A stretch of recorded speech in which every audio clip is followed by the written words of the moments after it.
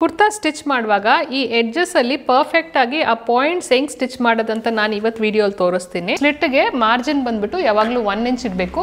ಅವಾಗ ನೀವು ಫೋಲ್ಡ್ ಮಾಡೋಕ್ಕೆ ನಿಮ್ಗೆ ಕರೆಕ್ಟಾಗಿರುತ್ತೆ. ಇದು ಬಾಡಿ ಸ್ಟಿಚಿಂಗು. ಇವಾಗ ಸ್ಲಿಟ್ ಸ್ಟಾರ್ಟ್ ಮಾಡೋಣ. ಸ್ಲಿಟ್ಗೆ ಬಂದ್ಬಿಟ್ಟು ಹಿಂಗೆ ಓಪನ್ ಮಾಡಿಕೊಂಡು ಇಲ್ಲಿಂದ ಸ್ಲಿಟ್ ಸ್ಟಾರ್ಟ್ ಮಾಡಬೇಕು. 1 ಇಂಚ್ಗೆ ಹಿಂಗೆ ಕರೆಕ್ಟಾಗಿ 2 ಫೋಲ್ಡ್ ಬರುತ್ತೆ. ಸೊ ಈ ಎಡ್ಜಿಂದ ಈ ಕಾರ್ನರಿಂದ ಸ್ಟಿಚ್ನ ಸ್ಟಾರ್ಟ್ ಮಾಡಬೇಕು. ಸೊ ಈ ಎಡ್ಜಿಗೆ ಬಂದು ಇಲ್ಲಿ ಸ್ಟಾಪ್ ಮಾಡಬೇಕು. ಎಕ್ಸಾಕ್ಟಾಗಿ ನಿಮಗೆ ಎಲ್ಲಿ ಇಲ್ಲಿ ಓಪನ್ ಆಗುತ್ತೋ ಇಲ್ಲಿ ಕರೆಕ್ಟಾಗಿ ಇಲ್ಲಿ ಬಂದು ಸ್ಟಾಪ್ ಆಗಬೇಕು. ಸ್ಟಾಪ್ ಮಾಡಿಬಿಟ್ಟು ನೀಡಲ್ ಒಳಗಡೆನೇ ಇರಬೇಕು. ಜಸ್ಟ್ ಪ್ರೆಷರ್ ಫುಟ್ರನ್ನ ತೆಗೆದುಬಿಟ್ಟು ಬಟ್ಟೆನ ಹಿಂಗೆ ಟರ್ನ್ ಮಾಡಬೇಕು.